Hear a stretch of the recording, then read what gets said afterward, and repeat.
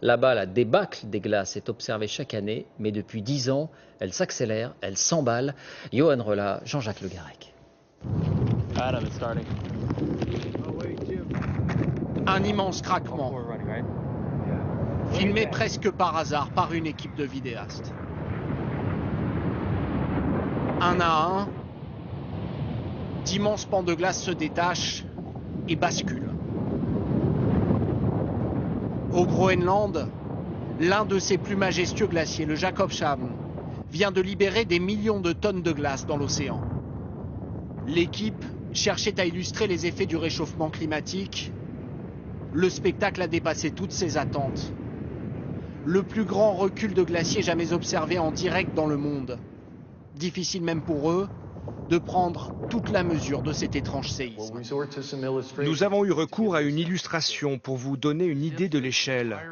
C'est comme si tout le sud de l'île de Manhattan avait cédé, sauf que l'épaisseur, la hauteur de glace est jusqu'à 3 fois supérieure à celle des immeubles.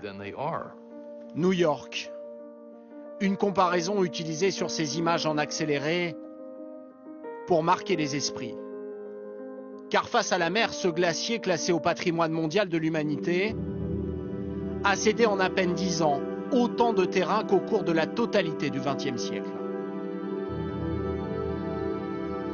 Au même endroit,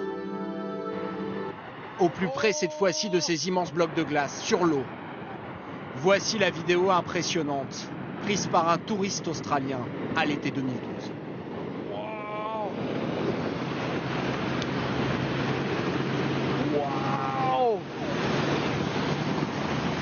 Un témoin chanceux d'avoir pu échapper à la vague générée par la chute de ce morceau d'iceberg.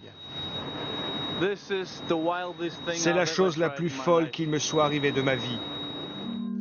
Chez les scientifiques, ce sont surtout d'autres images prises de beaucoup plus haut qui inquiètent.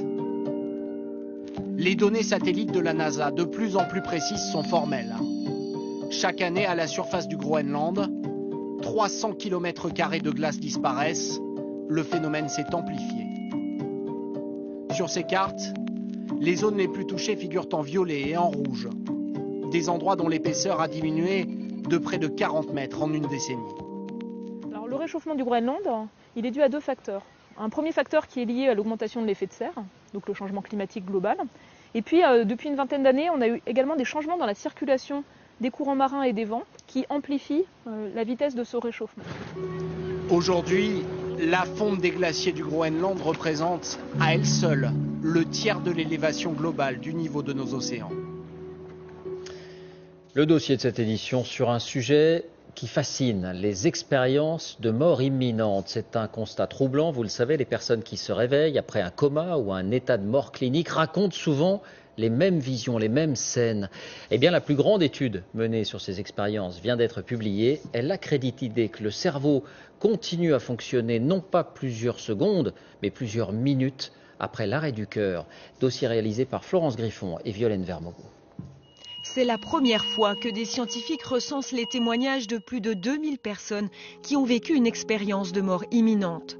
Voilà ce que les patients décrivent alors qu'ils sont entre la vie et la mort. Vous voyez vraiment, vous voyez tout ce qui se passe aux alentours, mais vous êtes comme sur un nuage. J'ai vu mon corps recevoir des défibrillations, j'ai vu mon corps être manipulé, saigner de la tête, j'ai vu ma tête taper contre le sol. Ces témoignages seraient la preuve que même en cas d'arrêt cardiaque, le cerveau pourrait peut-être continuer à fonctionner. Combien de temps? Jusqu'à 3 minutes, disent les auteurs de l'étude, qui notent que les patients ont des souvenirs très précis. Donc normalement, l'état de conscience est parallèle à l'état physiologique du cerveau. Quand il ne va pas bien, la conscience ne va pas bien non plus. Ce qui est très curieux, c'est que dans ces expériences, mais alors c'est pratiquement 100%, vous disent qu'ils se sont trouvés avec une conscience accrue. Cette conscience accrue, l'écrivain Philippe Labro peut en témoigner. Un espace un peu velouté, un peu diaphane, un peu blanc, avec des voiles, avec des formes qui n'étaient pas des formes d'être humain du tout, et une sensation de paix, À l'université de Liège, en Belgique, d'autres scientifiques essayent d'éclaircir ce mystère. Quelques hypothèses surgissent pour expliquer pourquoi certains ont une vision d'un tunnel. Comme neurologue, je sais qu'il y a des patients avec des lésions ici, dans les connexions vers ce cortex visuel, qui vont me dire d'avoir une vision en tunnel, où ils perdent la vision périphérique et donc ils ont cette sensation de tunnel et de lumière. Et si la mort n'était pas seulement un événement ponctuel, mais un processus qui se produirait en plusieurs étapes, d'abord le cœur, puis le cerveau, les chercheurs britanniques ont le mérite d'explorer cette question. Du cinéma pour terminer avec un voyage et un regard sur la planète, celui du célèbre photographe brésilien Sebastião Salgado. Le film retrace sa carrière, il montre l'envers de ses clichés les plus célèbres. Il est réalisé par un certain Wim Wenders. Pascal Deschamps, Jean-François Monnier. Toute l'humanité en noir et blanc.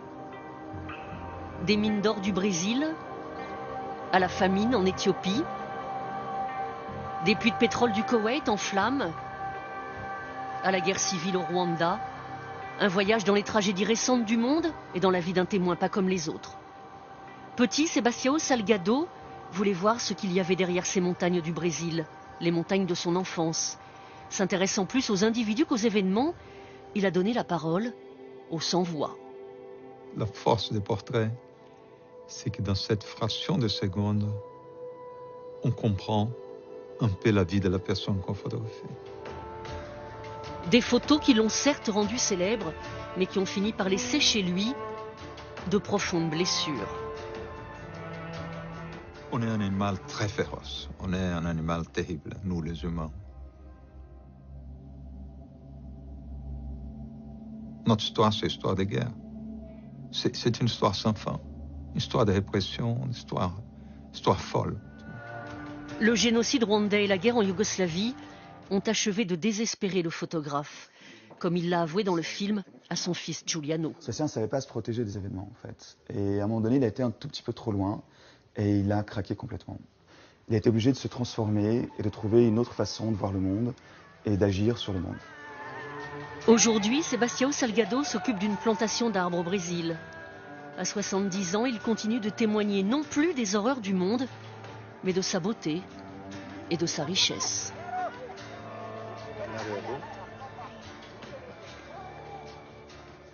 Voilà, et puis nous vous parlions la semaine dernière de Colette Roumanoff. Vous avez été très nombreux à réagir à son témoignage sur sa vie auprès de son mari atteint d'Alzheimer. Un témoignage joyeux. Et bien sachez qu'elle met en scène une pièce sur le sujet, La Confusionnite, au Théâtre de la Manufacture à Paris jusqu'au 5 novembre.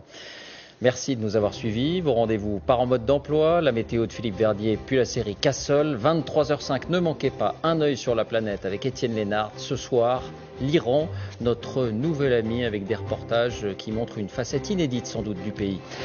De toutes formes et de toutes couleurs, on se quitte avec ces bulles partout dans le ciel du Nouveau-Mexique, le plus grand rassemblement au monde de montgolfières.